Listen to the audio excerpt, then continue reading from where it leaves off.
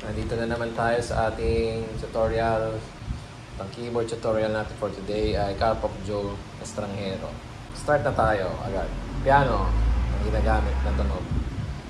Tapos, intro niya.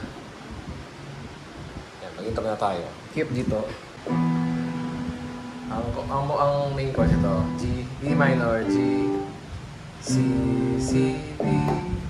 Yun, ulit-ulit pero sa keyboard kasi, mamaya, pag in-explain natin, hindi siya nag-DD, pero yung gitara doon sa song nag-DD. So, diba, pakita ko na lang. May passing tayo na F sharp minor. Pwede namang wala. Pero, parang meron doon sa video.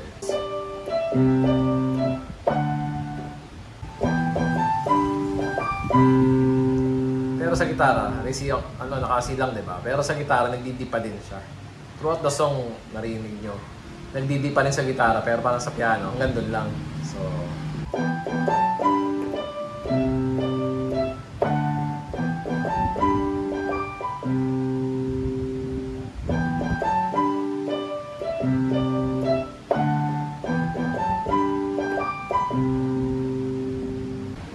sa verse 1, wala pang tipa yung piano, pero pares lang naman sila ng chord. Sa puso mo nang nalabo. Tapos intro ulit.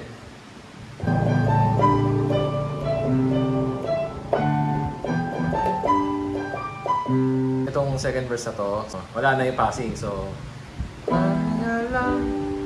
mababa lang siya mostly. So, sasabayan na ng piano yung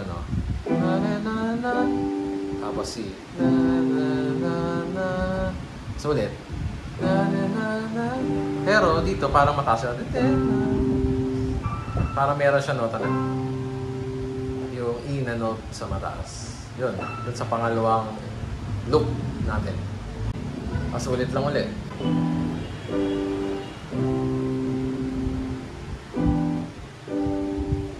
Mas mataas ulit. Itong note na to, E note sa mataas. Ngayon, sa gitara hindi sila, pero sa bagsak ng piano wala. Based dun sa video natin. Chorus ba yun? Pre-chorus. Basta yung ako ay, hindi ba yun? C. Tama ba lang ako ay dito. Pero yung sunod, D. Pero, para siya nakasus. Yan, D sus. Yan, D sus 4. Yan.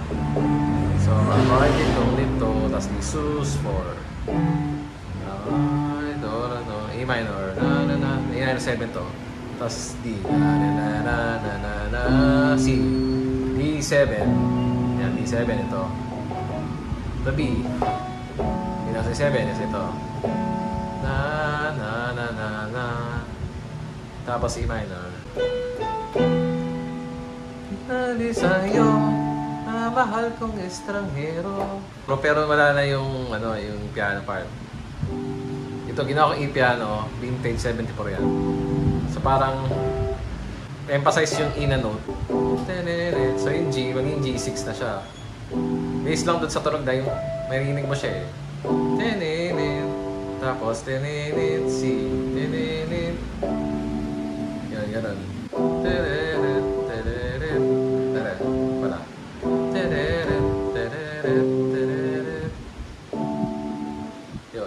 Naidagdag lang siya nito. Tapos yung naka-E-piano lang. Ulit-ulit. Tapos sa second verse, same din ang chord, pero parang naka-E-piano. Based doon kasi wala akong narinig yung piano. Pwede natin piliin yung soft. Yung pabili natin soft case. Subtle lang kasi.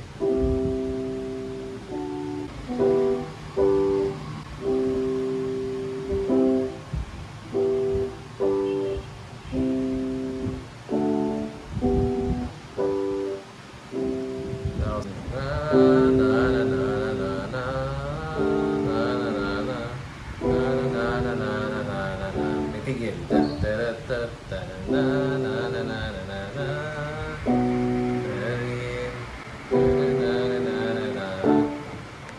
So, sa bridge, C. Subtle lang kasi parang wala naman tayo narinig piano masyado. So, E-piano pa rin to. Tapos mahaba lang C. E minor. E minor 7 to. Kaya, yan, mas D.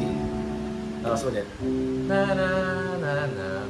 Tagal na lang. Na na na na. B7. Na na na na. Yung na na na na. B minor saka D. Yun. Di makialam. Sa solo. Sa solo ng gitara. Di nakialam. E minor 7. Tapos C. Dalawang beses. Tapos, pag E minor niya sa pangatlo, siya na ang pre-chorus. Or chorus ba yun? Basta yung na na na na na. Yun.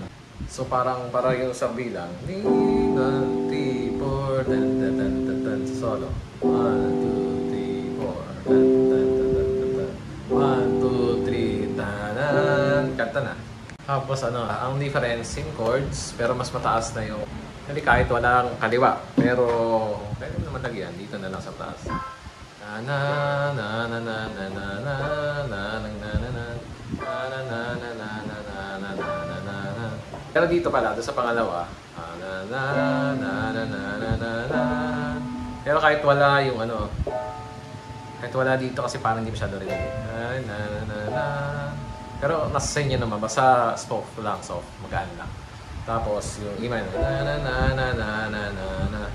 Sa E minor, parang may dagdag pa siyang E. Na na na na na, D. Tapos outro na, pero intro lang din naman siya.